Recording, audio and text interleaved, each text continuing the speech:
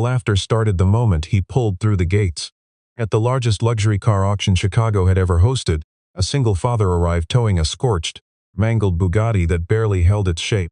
A young CEO in a designer gown told the crowd it was worth less than the fabric on her back. The man said nothing.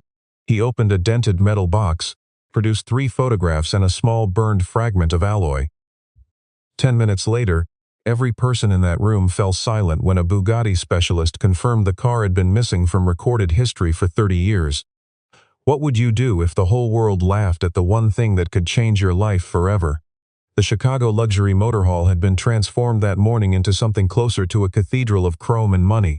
Valets in black uniforms guided Ferraris and Aston Martins into reserved lanes while guests arrived in tinted SUVs and private town cars, many of them people whose names appeared on buildings rather than in ordinary conversation.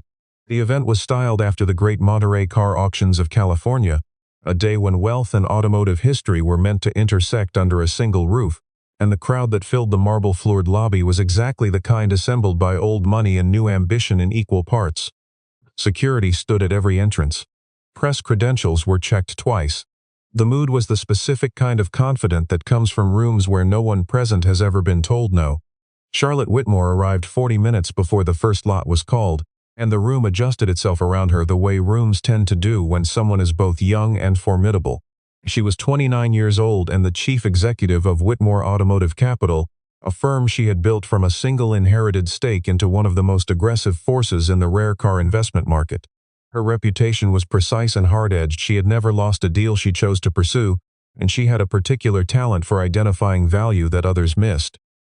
She wore slate gray, her hair pulled back, her expression the studied composure of someone who had long ago decided that warmth was a liability in rooms like this.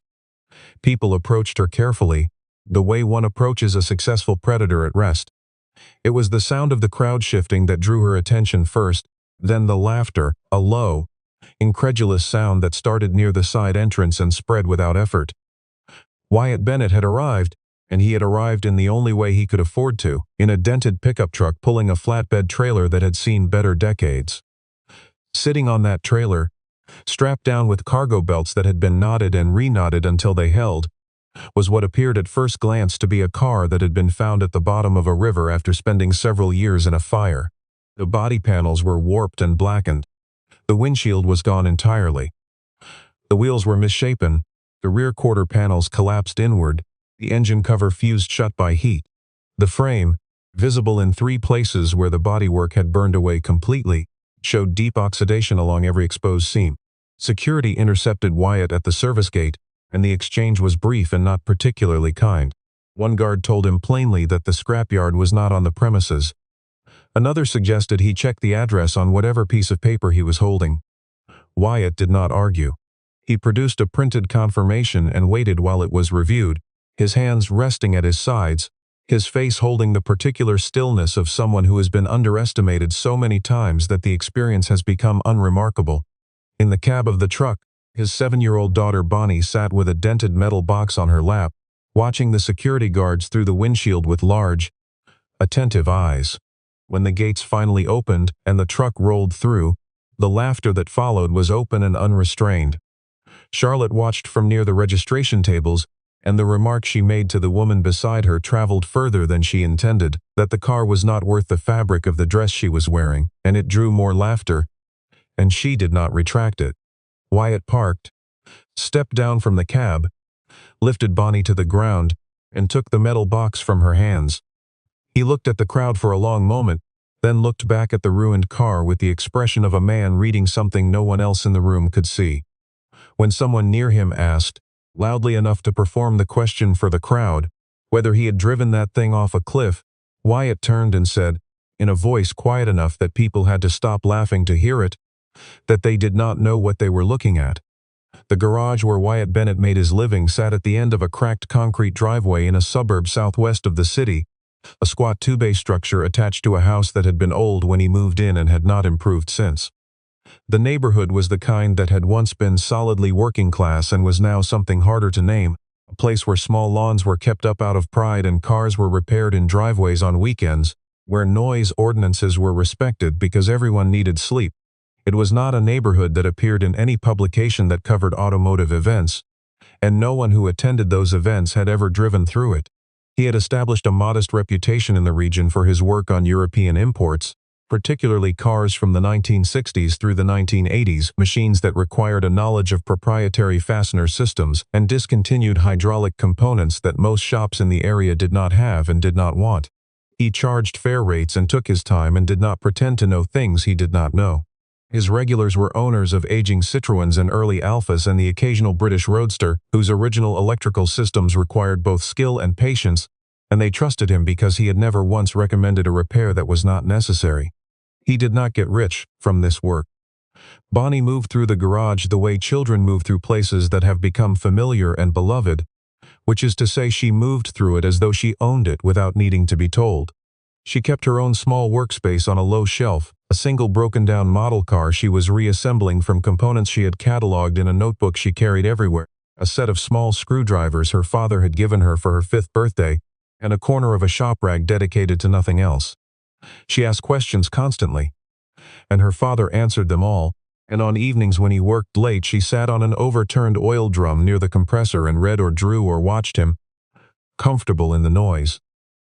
On those evenings, after dinner from the pizza place 2 blocks over, Wyatt would unlock the heavy padlock on the second bay and stand for a moment in front of the covered shape at the back of the space. He never uncovered it with Bonnie in the room. He would check the locks, check the tarp, and relock the bay before coming back inside. The wall of the main garage held things he did not hide, a series of photographs from race events in Europe, some going back 40 years, a large-format technical drawing in faded ink bearing the distinctive horseshoe emblem of a French manufacturer, and several pages of handwritten notes in French that had been laminated and pinned carefully above his workbench. Bonnie had asked, once, whether the car in the locked bay was as special as he treated it. He had set down his wrench, looked at the locked door for a long moment, and told her it was the last thing her mother had left behind. She had not asked again. Across the street that night, a dark sedan sat with its engine off and its driver watching the garage through a long lens. Charlotte Whitmore did not typically pursue what she could not categorize. Her firm's methodology was built on documentation, provenance chains, and verifiable auction histories, and everything she acquired passed through a rigorous process before her signature went on anything. The system had made her successful, and she trusted it absolutely. But the car in Wyatt Bennett's second bay had no auction history, no current documentation, and barely any visible surface left, and she could not stop thinking about it. She told herself it was a professional reflex, the habit of recognizing when something did not add up. She had watched Wyatt's face in those first minutes at the motor hall, the way he had not reacted to the laughter in the way a man running a stunt would have, the way he had looked at the burned car with something she recognized as grief rather than performance. She had dealt with enough people in this business to know the difference between someone selling a story and someone living inside one. She made inquiries before the week was out. The offer she brought to his garage on a Thursday afternoon was $50,000. She presented it as a courtesy, more than the vehicle could reasonably be argued to be worth in its current state, reasonable under any standard, generous by most. Wyatt listened to the number, nodded once as though confirming something he had already known, and told her no. The refusal was immediate enough that she briefly wondered whether she had misspoken. She had not. He was simply not interested. She asked whether he had a number in mind.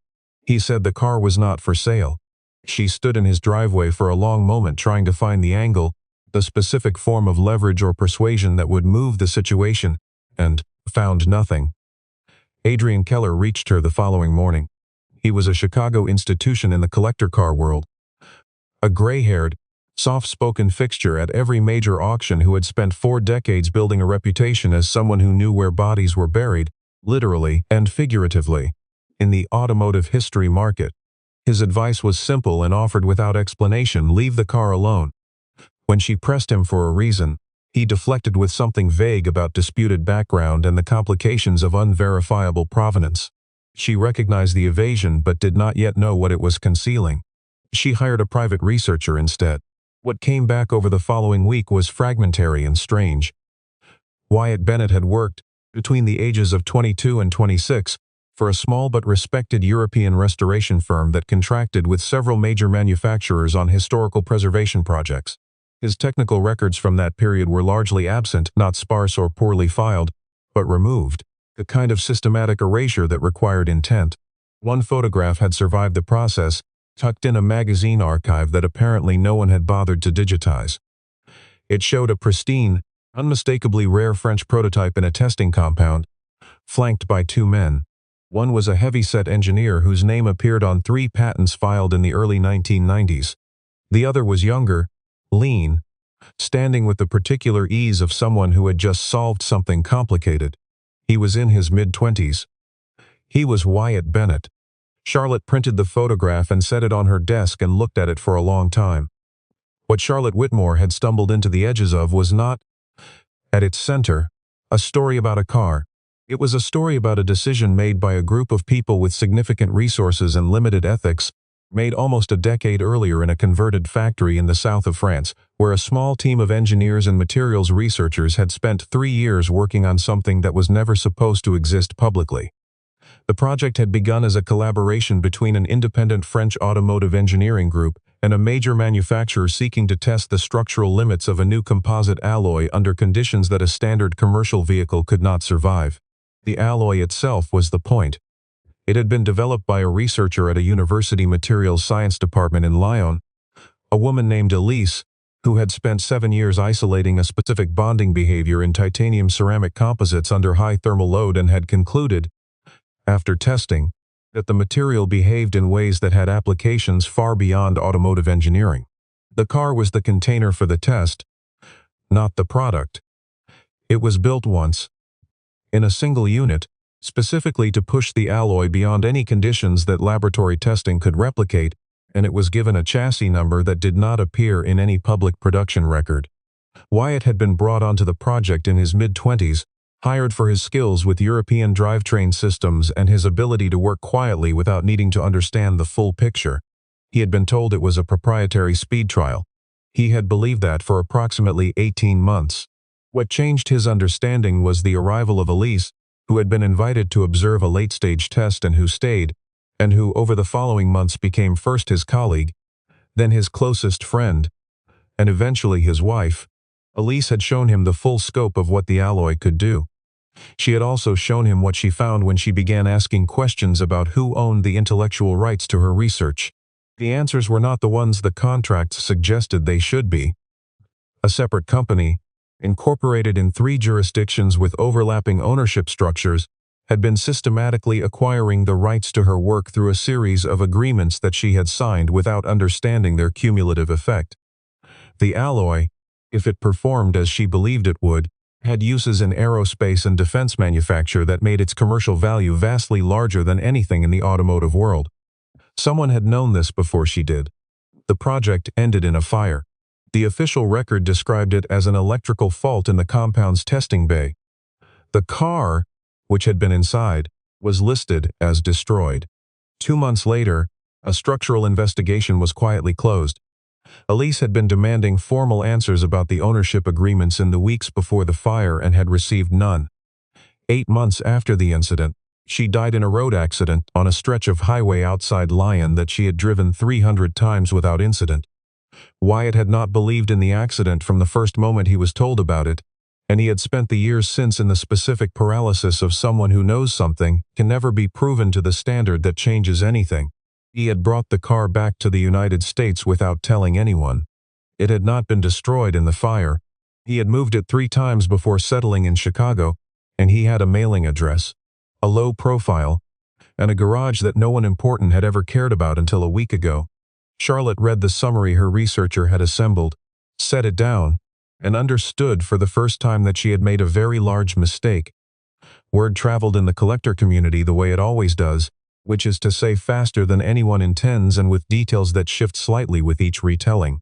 The story that began as a rumor on a private forum that a burned, unverified Bugatti prototype had surfaced in Chicago with a chain of custody going back to a European test program became, within 10 days, the dominant conversation in every room where serious money met serious metal. A figure from a Dubai consortium made a call to a Chicago attorney to determine whether there was a legal mechanism for compelling a sale. A Japanese collector who had spent 30 years assembling one of the most complete collections of European prototype vehicles sent his representative on the next available flight.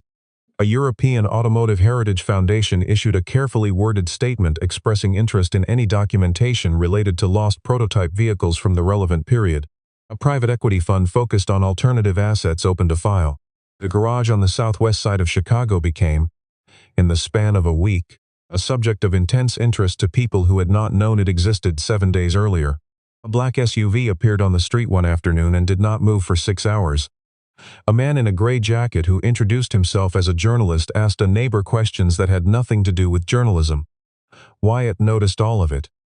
He had been expecting something like this since the day he pulled into the motor hall. Bonnie noticed it too, and that was the part that kept Wyatt awake at night. She had begun cataloging the vehicles that reappeared on their street, writing down partial plate numbers in the same notebook she used for her model car project, and she had started sleeping with the bedroom door open so she could hear the garage. She asked her father, one evening over the sink while they were washing up, whether the people in the car across the street were going to try to take the Bugatti. He told her that some people would try to take anything they wanted if they thought no one was strong enough to hold on to it. She considered this, dried her hands, and went to check the padlock on the second bay herself. The night the garage was first tested, Wyatt was asleep when the motion sensor triggered.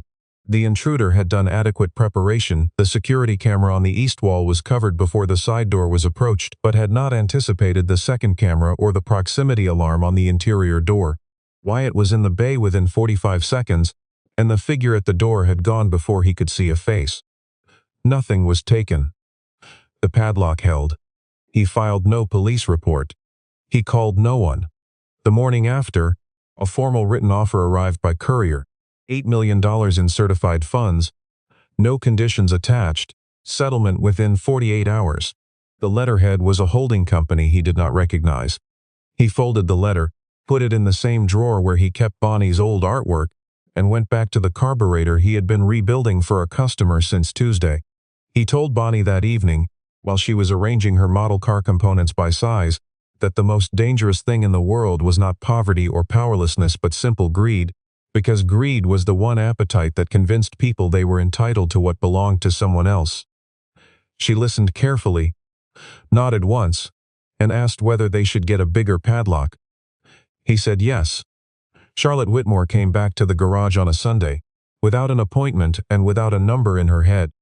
She told herself she was following up on a business matter. She knew, by the time she reached the driveway, that this was not entirely true. The main bay was open, and inside it was the specific cluttered warmth of a working shop, the smell of penetrating oil and clean rags, the radio playing something low, a domestic fluorescent hum from the bench lights. Wyatt was in the far corner with a welding mask pushed up on his forehead, rerunning a section of frame rail on an old German sedan whose owner had deferred maintenance into structural compromise. Bonnie was at her shelf, fitting a tiny engine block into the chassis of her model with a precision that belonged in a machine shop and not in the hands of a 7-year-old. Neither of them heard Charlotte pull in. She stood in the bay entrance for a moment, watching. The garage was cold in the way of buildings that rely entirely on the heat generated inside them, and it was small and the equipment was old, and there was no particular elegance to any of it. But there was something she found unexpectedly difficult to walk away from, some quality in the arrangement of the two figures in the space, the father and daughter working in their separate quiet with the ease of people for whom this was the center of the world rather than the margin. She had spent her professional life in rooms where everything was positioned to imply abundance. She could not immediately name what this room implied. Bonnie saw her first and said hello without apparent surprise, as though visitors appearing in the doorway were an ordinary feature of Sunday afternoons. Wyatt set the welding torch down, wiped his hands, and waited. Charlotte had prepared something to say and found, standing in the actual garage rather than in the imagined version of it where she had rehearsed, that it no longer applied. She asked him directly why he would not sell, without attaching a number to the question this time, the way someone asks a question they actually want answered rather than one designed to open a negotiation. He looked at her for a long moment with the evaluating patience of a man deciding whether a person was worth the truth. And then he told her. He said that when the car was sold, The record it carried, the physical evidence of a project deliberately erased, of work that had been stolen, of a person removed from the history that her own research had helped create, would transfer to a buyer whose interest in any of that was exactly zero. He said that Bonnie would grow up in a world where her mother had never existed in any official document. He said he was not willing to accept that in exchange for $8 million or $80 million. Charlotte stood in the garage bay for a long time after he finished. She thought about the 15 deals she had closed in the past 2 years, the specific arithmetic of each one, the pride she had taken in the precision of her assessments. She thought about the way she had stood in the motor hall and said what she said and let the room laugh with her. The weight of that, specifically, was not a sensation she was accustomed to. Adrian Keller had been in the collector car world for long enough that he had become part of its architecture, the kind of person whose presence at any significant event was simply assumed. He had handled the estate sales of 3 major American collections and had served on the advisory boards of 2 European automotive foundations, and he had spent that entire time carefully managing what he knew about a project in the south of France that had technically never existed.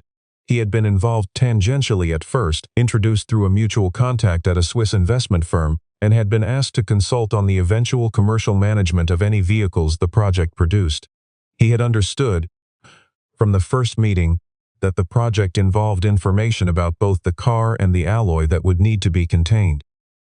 He had told himself, in the way that people tell themselves things that allow them to continue, that his role was administrative rather than consequential.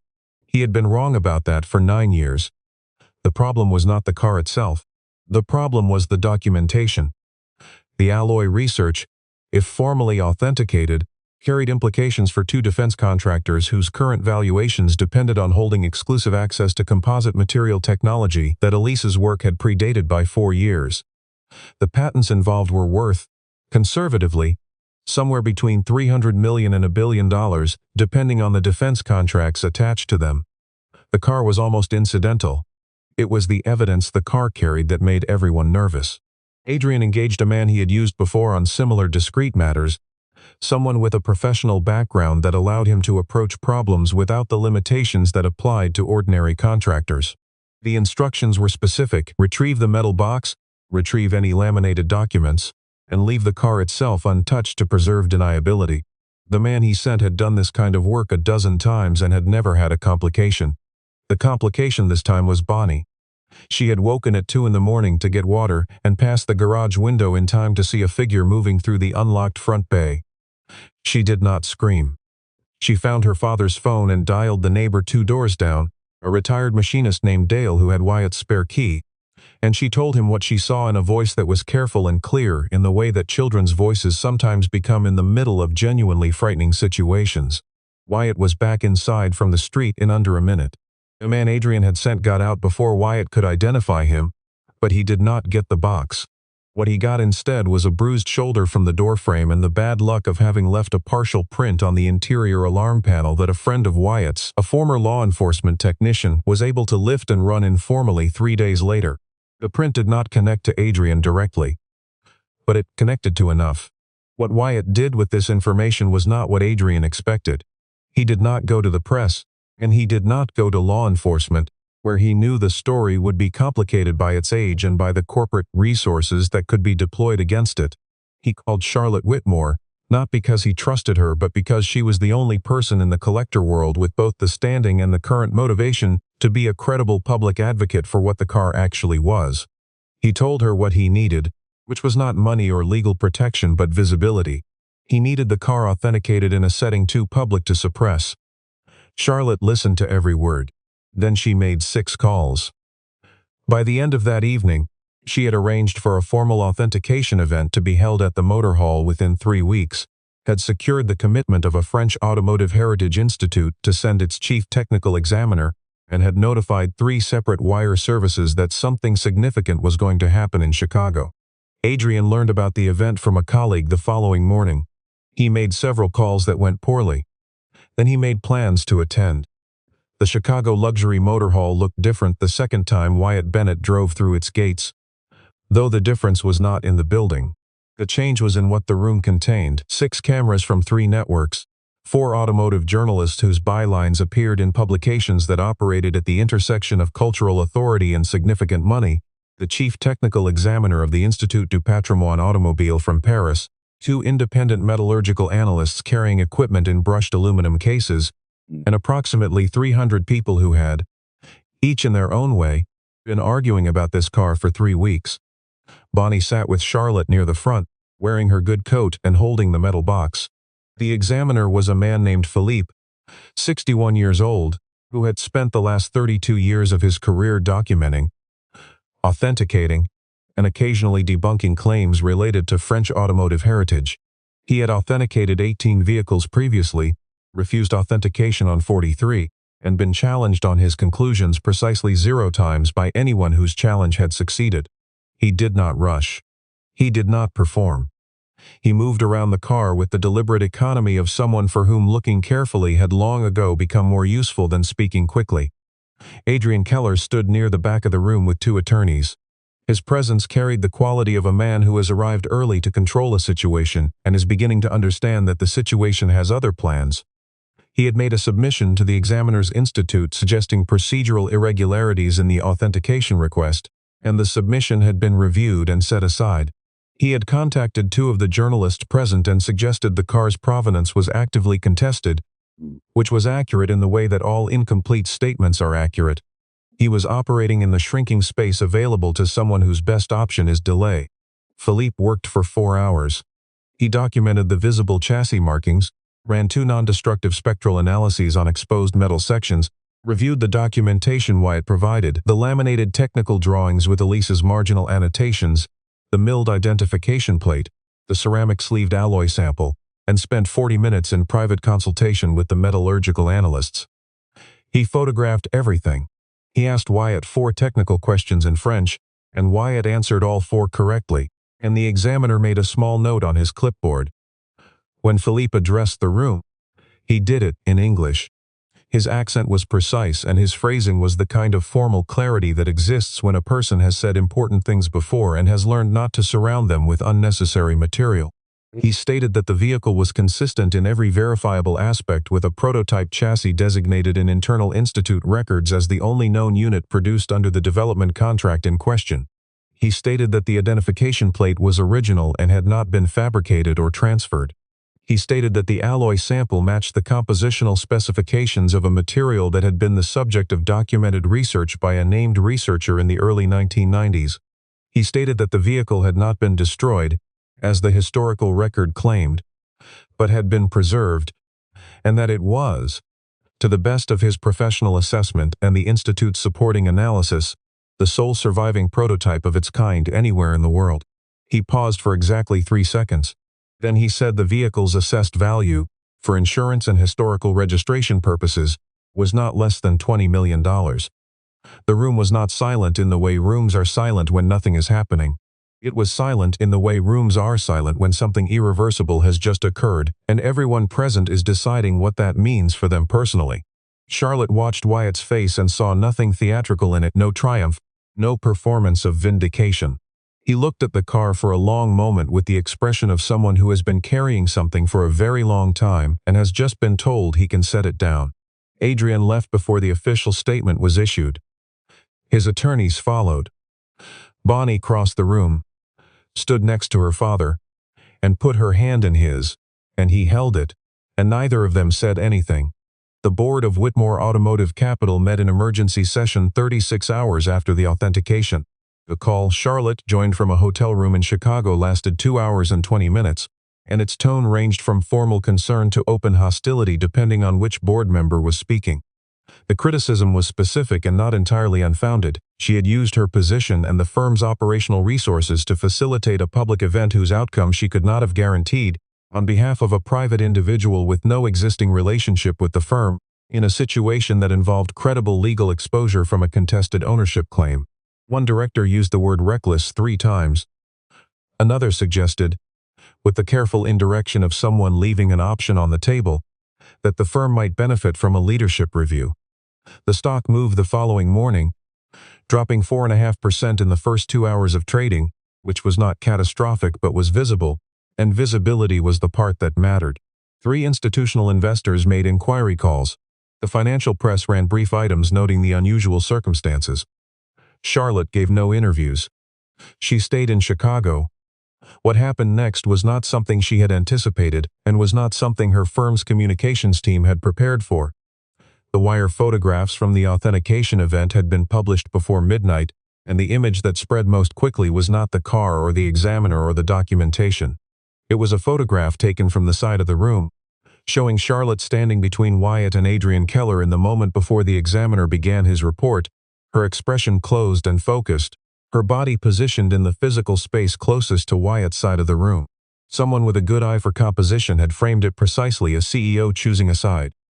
The response was difficult to measure in any category that usually governed the decisions of people in Charlotte's position. It was the specific affection that the public occasionally extends to someone who appears to have done the right thing at visible personal cost. The phrase that attached itself to the coverage, appearing first in a financial commentary piece and then spreading into general use, was simple and accurate enough to stick, the CEO who chose truth over money. Her phone ran out of battery twice. 3 days after the board call, 2 of the 3 directors who had been most critical reversed their positions.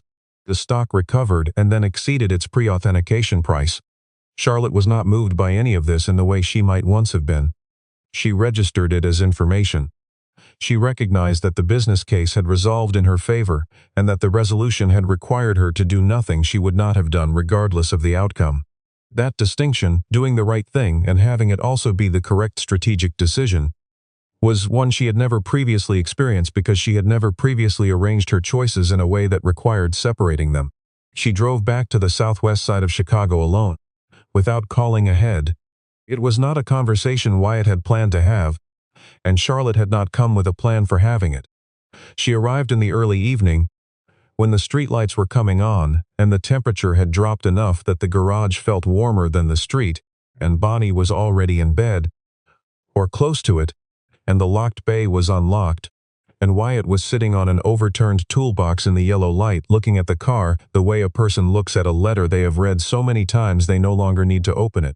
He told her about Elise the way people tell things they have kept for a long time, not chronologically, not with any particular structure, but following the internal order of things that have been turned over and examined from every angle until the sequence that makes the most sense is simply the one that comes out. He told her about the project, about the alloy, about the moment Elise understood what had been done with her research. He described her in the way people describe the specific intelligence of someone who saw around corners, not the grandeur of it but the ordinary daily experience of it, the way she would solve a problem before it fully formed, the way she annotated everything so that the record would be complete even if she were not there to explain it. The accident had happened on a route she had driven 300 times. The weather was clear. Her car had no prior mechanical issues.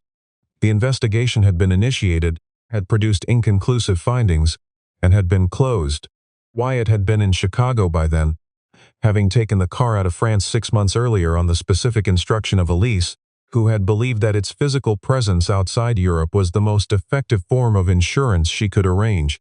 She had not told him this directly until 3 weeks before her death, in a letter that arrived after the accident, timed by a postal delay and postmarked the day she died. The letter contained the ceramic sleeved alloy sample, the identification plate removed from the chassis before Wyatt brought the car north, and 3 photographs taken by Elise herself during testing. It also contained a single handwritten sentence that he had not read to anyone, had not photographed, had not shared. He told Charlotte that the sentence said that some things need to survive until the world is ready to see them clearly. He had assumed, for years, that the right moment would announce itself with some clarity, a shift in the legal landscape, a change in the corporate structures that had buried the research, some event that made the story safe to surface. It had not come that way. It had come in the form of a burned car and a room full of people laughing at him. He said this without self-pity, as a plain statement of how things had actually gone. Bonnie appeared in the doorway between the bay and the house in her pajamas, carrying the small tarnished key on its original chain that her mother had mailed separately to the neighbor, with a note asking that it be kept for Bonnie until she was old enough to understand what it opened. They had found it together 3 years earlier in a box of things the neighbor had held onto without knowing what they were. The key opened nothing they had ever been able to identify. Wyatt believed it was from the original chassis lock set, removed and sent as proof that the car had existed and been preserved. Bonnie had worn it on a cord under her school clothes ever since. She walked across the garage in her socked feet and stood in front of Charlotte and held out the key. Charlotte looked at it for a moment without taking it.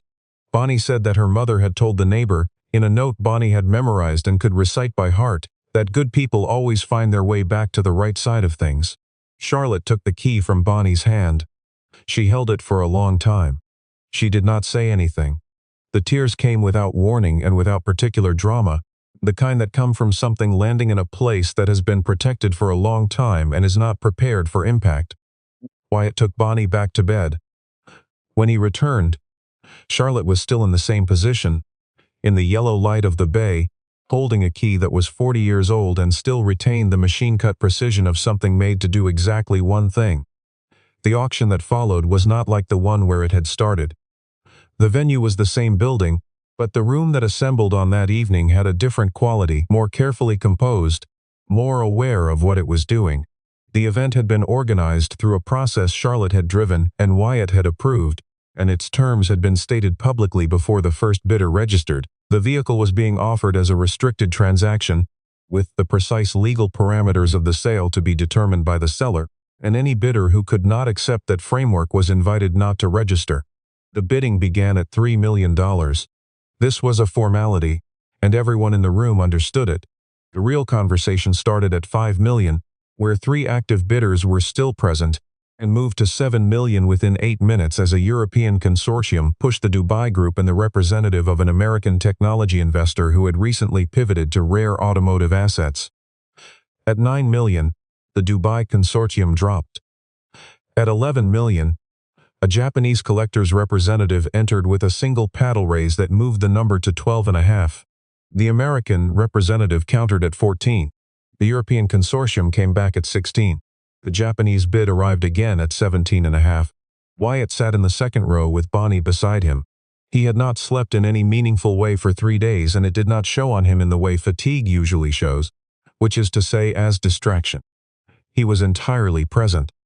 He watched the paddle movements with the same attention he gave to engine diagnostics, reading the bidders the way he read machines, noting the hesitation, the resolve, the calculation cycling visibly behind composed auction house expressions. Bonnie watched the number board, tracking each change with the small notebook she had brought, writing the amounts out in words the way her father had taught her. The European consortium came back at 19 million. There was a pause of approximately 20 seconds, which in that room and under those conditions was a geologically significant amount of time. The Japanese representative raised at 20 million even, and the room absorbed this in the way rooms absorb moments that have clearly resolved something, with a collective exhalation and the specific cessation of motion that happens when an outcome has become certain. The auctioneer called the number 3 times. It stood. Then Wyatt raised his hand and asked to address the room. This was not standard practice, and the auctioneer glanced at Charlotte, who nodded. Wyatt stood, and the room gave him the silence it gives things it has decided to pay attention to.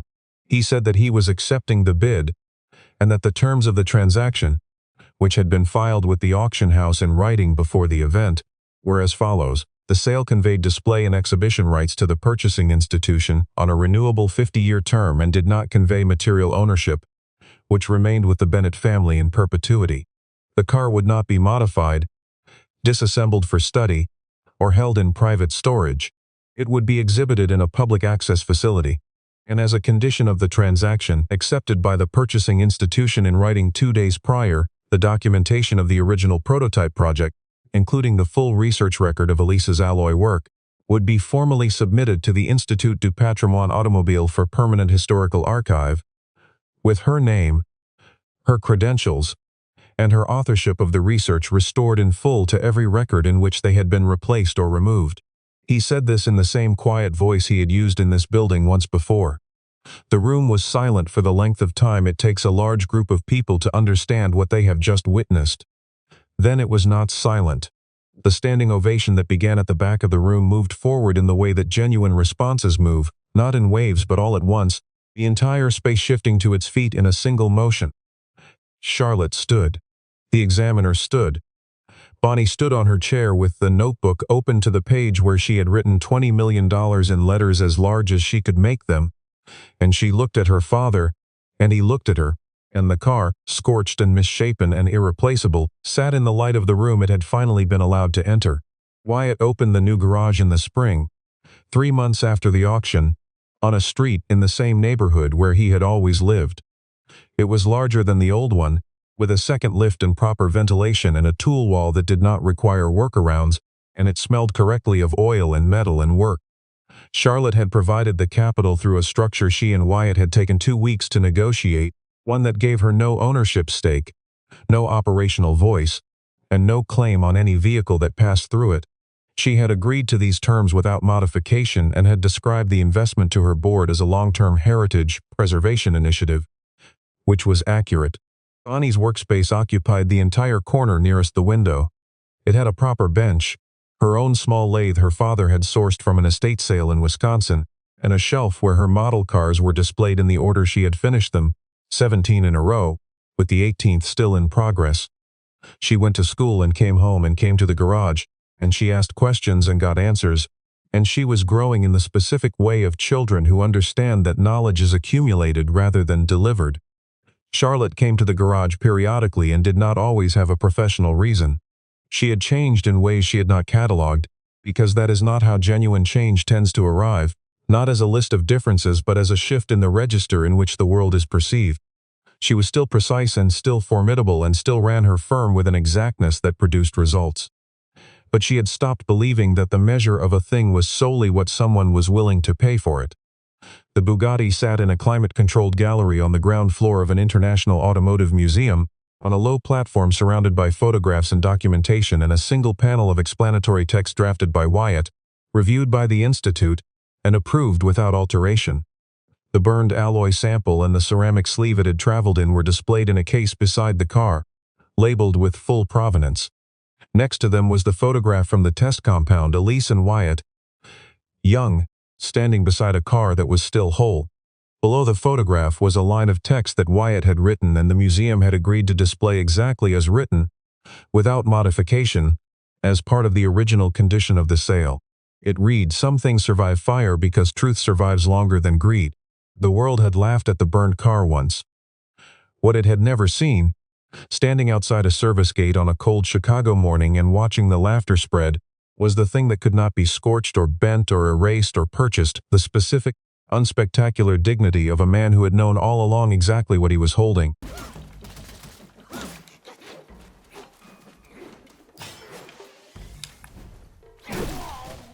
There we go. Oh, nice. Let me get this. Oh, you're right. I missed a lot of fucking stuff. God damn it. We haven't even gotten to the upgrade factory yet. Damn, this game's still getting some love, bro. I'm happy with that. I'm glad I picked this one again. Elden Ring without the story. Okay, I went that way.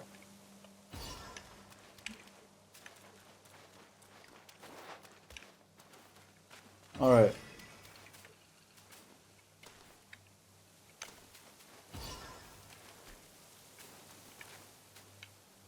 Is this the way it went? Alright, there we go. Oh yeah. How did I miss this before?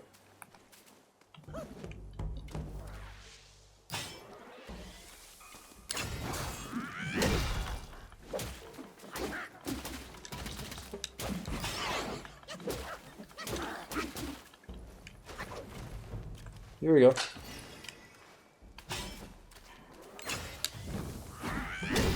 Nice. You can't beat me. Oh yeah, keep an eye on.